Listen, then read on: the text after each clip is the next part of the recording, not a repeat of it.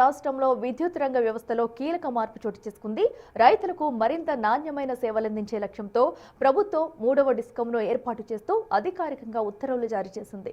ప్రస్తుతం ఉన్న ఉత్తర, దక్షిణ డిస్కంలతో పాటు కొత్తగా తెలంగాణ రైతు పవర్ డిస్ట్రిబ్యూటర్స్ కంపెనీ లిమిటెడ్ ను ఏర్పాటు చేస్తున్నట్లు అధికారికంగా ప్రకటించింది. కేవలం రైతుల అవసరాల కోసమే ప్రత్యేకంగా ఈ డిస్కం పనిచేస్తుందని తెలిపింది. రాష్ట్ర వ్యాప్తంగా ఉన్న సుమారు 28 లక్షలకు పైగా వ్యవసాయ విద్యుత్ కనెక్షన్లకు నిరంతరాయంగా నాణ్యమైన విద్యుత్తును అందించనున్నారు. వ్యవసాయ రంగానికి సంబంధించిన బడ్జెట్, సబ్సిడీలు, మౌలిక సదుపాయాల కల్పన మొత్తం ఇకపై ఈ ప్రత్యేక డిస్కం పరిధిలోకి రానున్నాయి. గతంలో 2 డిస్కంలపై గృహ, పారిశ్రామిక, వ్యవసాయ కలెక్షన్ల భారం ఎక్కువగా ఉండేది.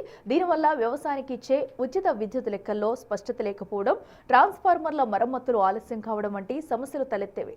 ఇప్పుడు ప్రత్యేకంగా రైతు డిస్కం ఏర్పాటు చేయడంతో రైతులకు 24 గంటల విద్యుత్ సరఫరాను పర్యవేక్షించడం సులభమవుతుంది.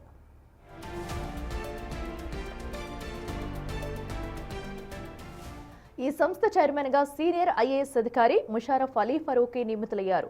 ఆయనకు తోడుగా 4 డైరెక్టర్లు కార్యకలాపాలను పర్యవేక్షిస్తారు.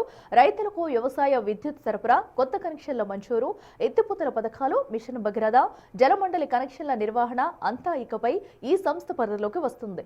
వ్యవసాయం, ఇరిగేషన్ లోడ్ను సాధారణ విద్యుత్ సరఫరా నుంచి వేరు చేయడం ద్వారా రైతులకు విద్యుత్ సమస్యలు త్వరితగతిన పరిష్కారం అవుతాయని ప్రభుత్వం భావిస్తుంది.